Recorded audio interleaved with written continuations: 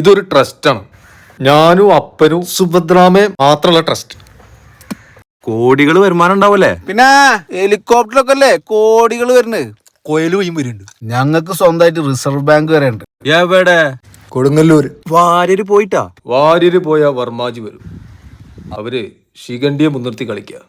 ഇത് കൗരവരുടെ യുദ്ധതന്ത്രമാണ്. പാണ്ഡവരല്ലേ ജി പണ്ട് ബാലരമ അമൃതകഥ വായിച്ചില്ലാന്ന് തോന്നുന്നു. ഇല്ല, മുത്തുച്ചിപ്പിയായിരുന്നു ഫേവറേറ്റ്.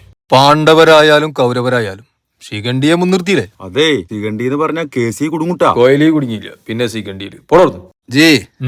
ഈടെയായി ഉള്ളിക്ക് വല്ലാതെ വില ഇടിയുന്നുണ്ട് എന്നാണ് പൊതുജന സംസാരം. എന്താ വില? ഉള്ളിക്ക് ഇപ്പൊ 85 ഉറുപ്പ്യല്ലേ? 85. എത്ര? കിലോ 85. 85. ഇതേ ഉള്ളിയാണ്, ഉള്ളിച്ചി.